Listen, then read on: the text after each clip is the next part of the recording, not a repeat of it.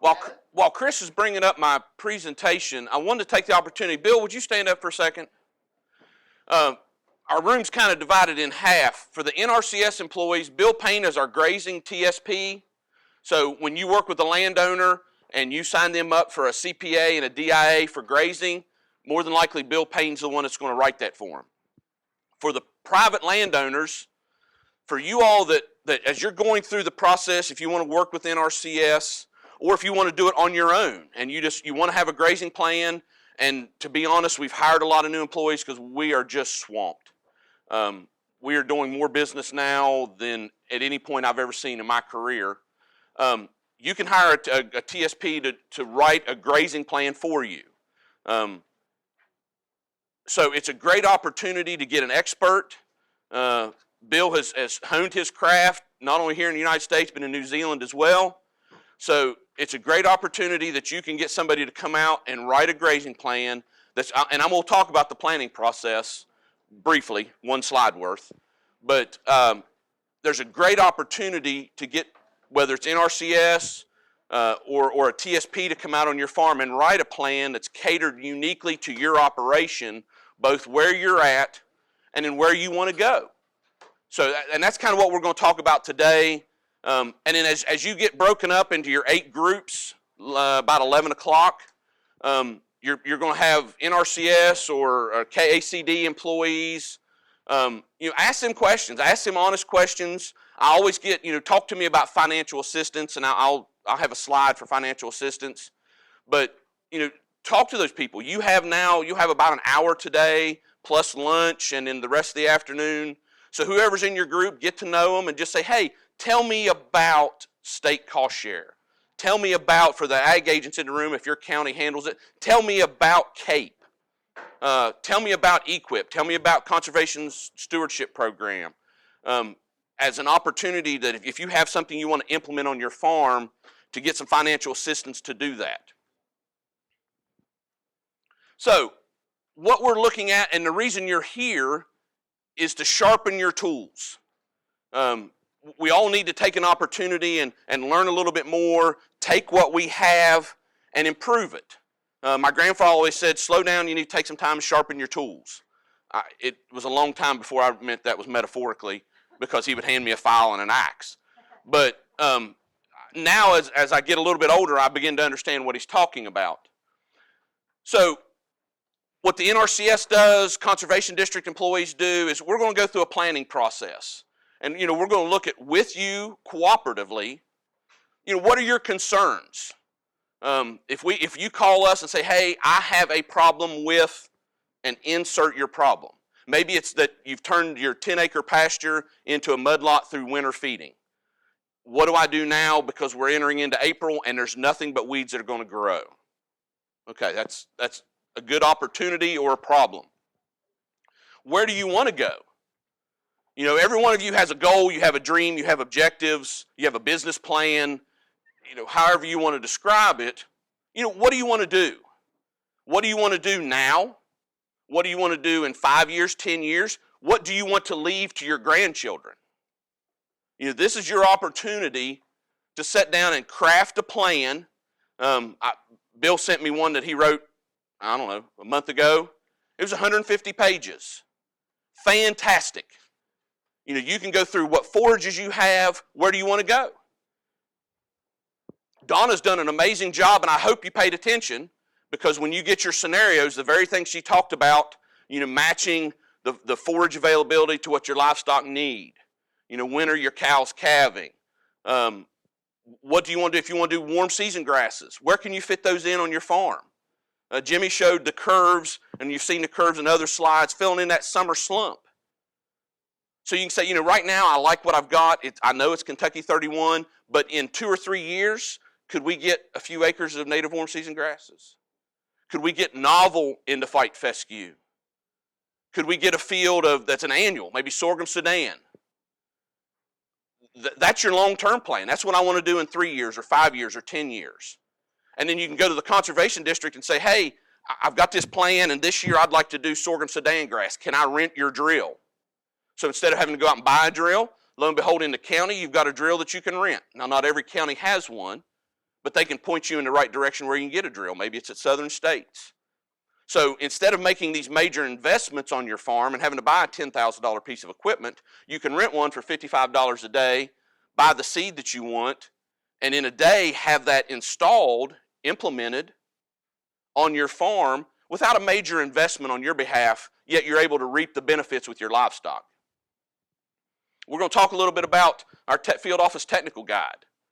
Whether it's web soil survey, we just talked about Kentucky Graze. I'm going to talk about, you got a handout on pasture condition score. All those are in Field Office Technical Guide, website for everybody, open to the public. You can go in and read. Then we'll talk a little bit about technical assistance, and lastly, we'll do the financial assistance. So, we have to be honest with ourselves. We all have a dream that we've got the best farm in Kentucky. I have been blessed that I have seen some amazing horse operations.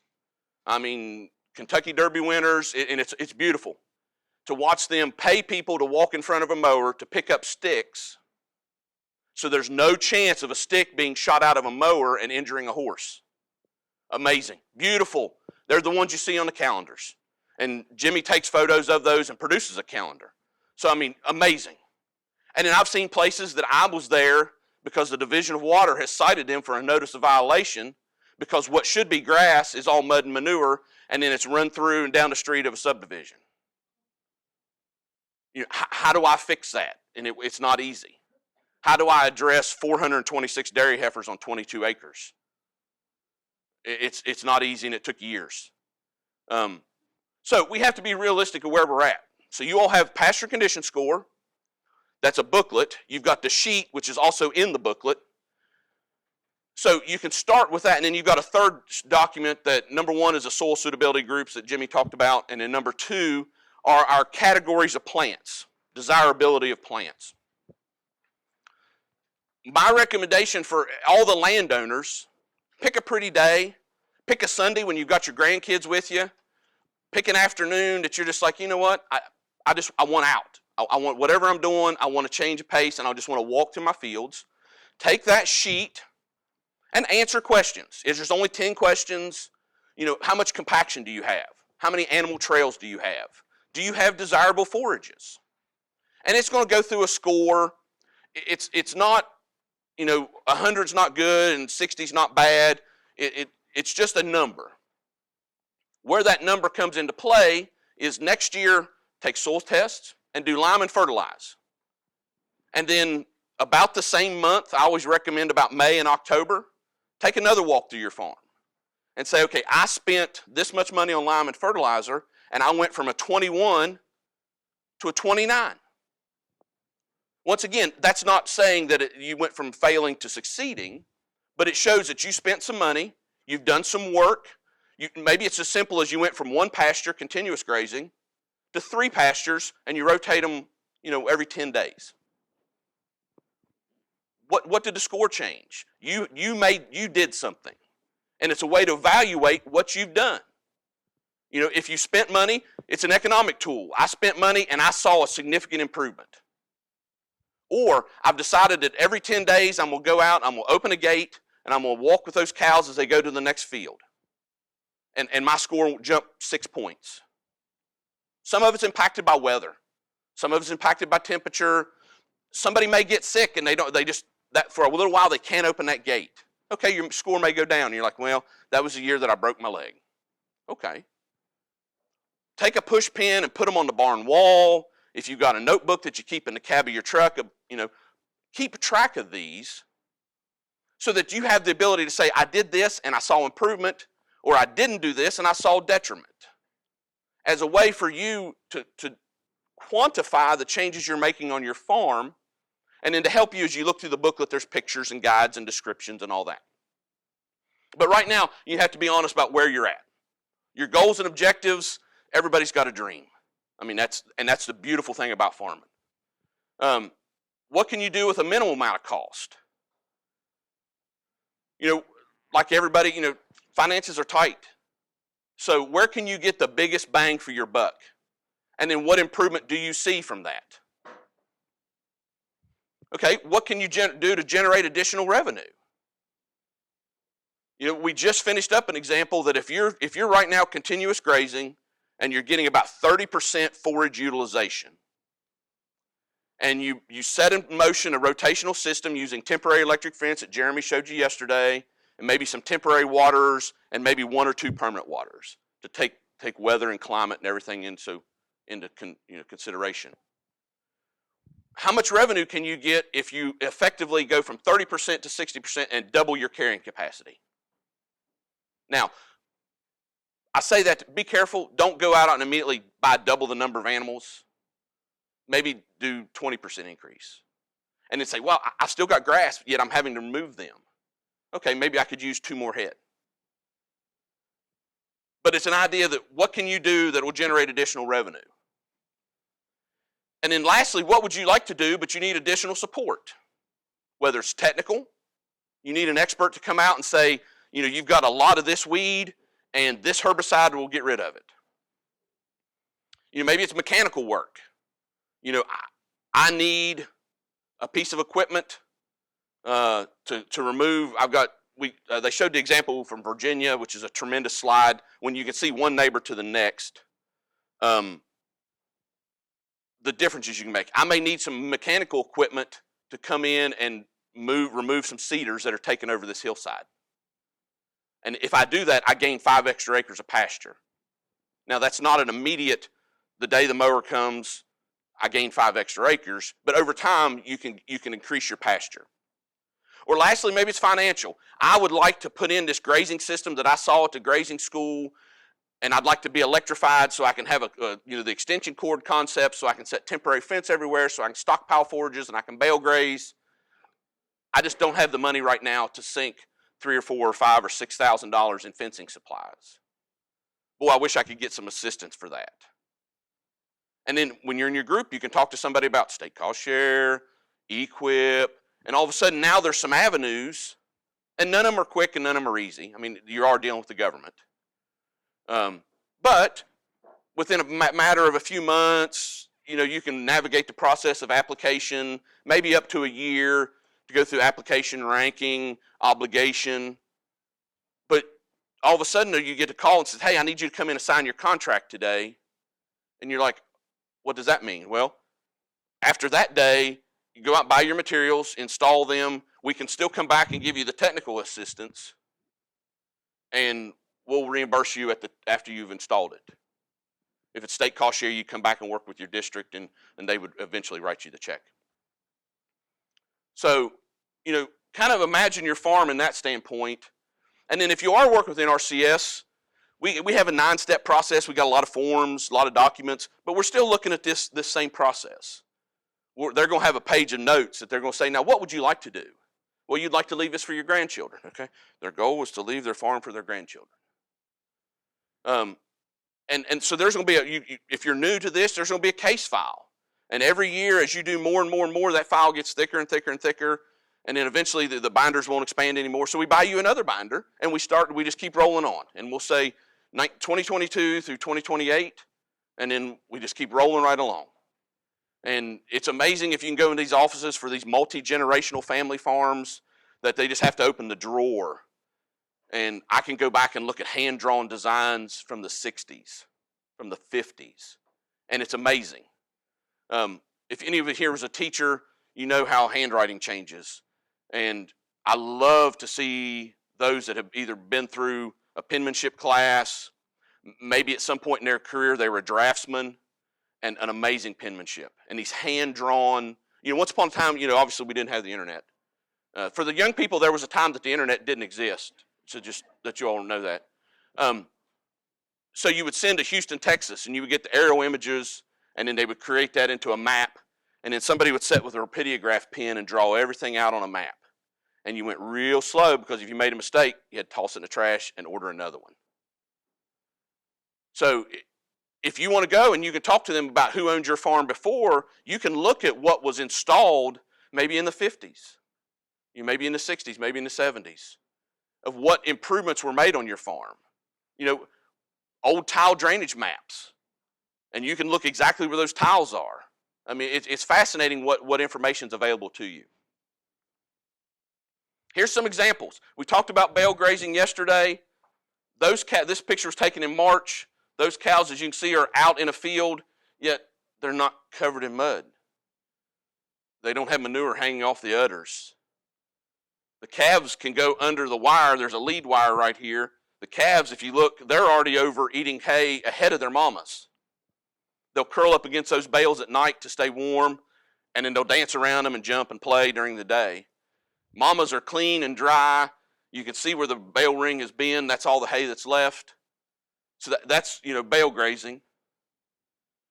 So we do, through different places in my career, we've taken all of these. So we work with a little bit of everything. And when you get your groups, 8 different groups, you're going to have examples of horses, sheep, goats, cattle, and different opportunities. So just discuss, what you see and what you want to do. So where do you get all this information? If you have questions, where do you go? And you just type in, do a search, Field Office Technical Guide. If you're not a quick typer, just do FOTG. It'll get you there. Select your state.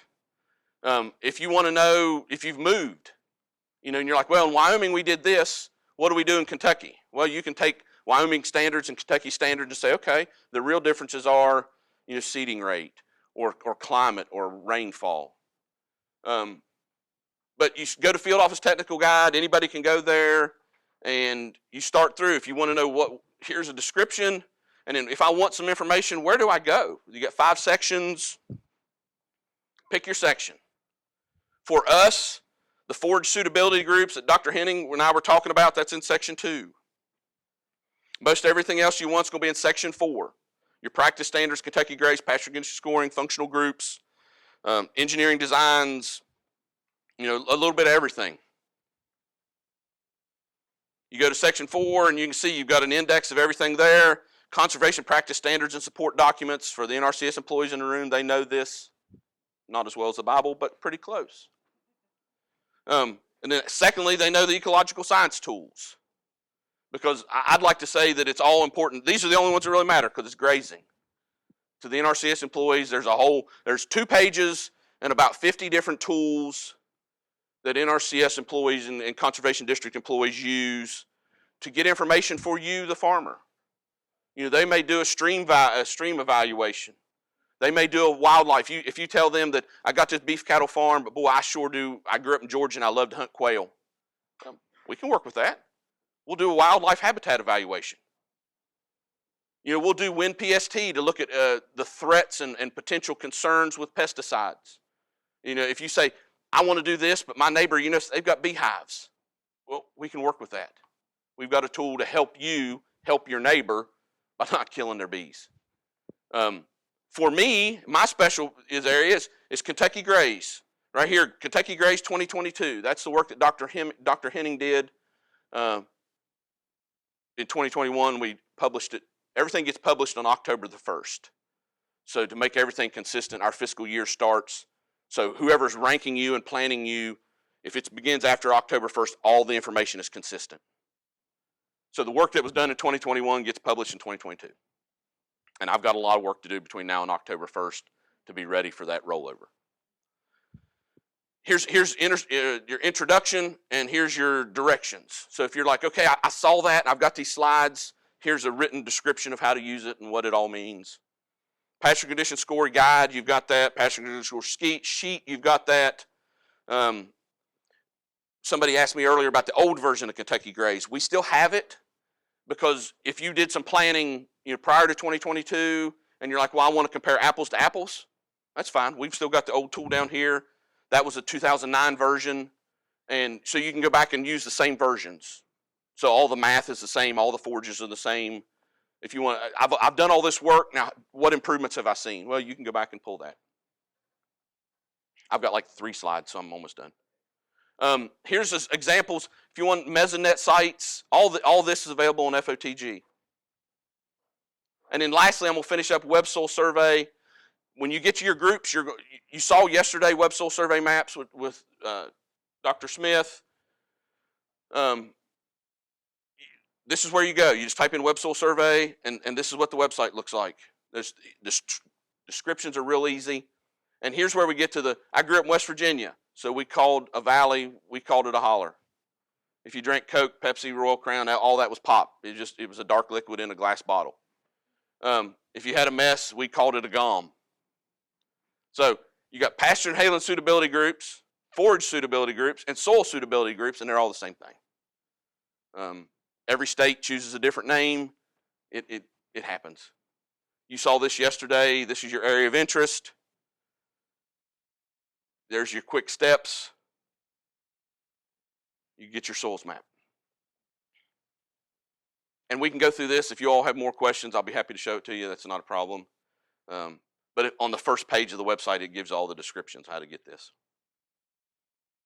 But here's what you're going to use when you go to Web Soil Survey. When you go to Web Soil Survey, what you're shooting for or looking for is the pasture and hayland suitability groups. And you have a document in front of you that explains what a 7 is versus what a 11 is versus what a 5 is. They're not numerical. So if you say, hey, I've got 1s and my neighbor's got 11s, that doesn't mean that doesn't quite match. It's not A versus F. We're here to serve you what you need, whether it's soils information, farm information, or just assistance installing something. And then lastly, there's a lot of different programs. Just pull us aside and say, hey, tell me the difference between EQIP and CSP. Don't groan, all you all, please don't groan. But there's big differences, and it's about what you want and what your goals are. But we've got programs for everybody. And then think outside the box. You bought a piece of ground, or maybe you've got some cattle. You got more cattle than what your ground will hold. You need to lease some ground. This is a completely portable watering system. All you have to have is a stream, a pond, a well, a spring, some water source. And they can roll up with that trailer, set up the panel, and that's a 600-gallon trough. And they've got a small fence charger so the cattle stay away from this. And the plans are online. You can find the directions to build that. So, there's always opportunities. And since we're short on time, if you want to grab me at lunch, I'll be here and we can talk about whatever you want to talk about.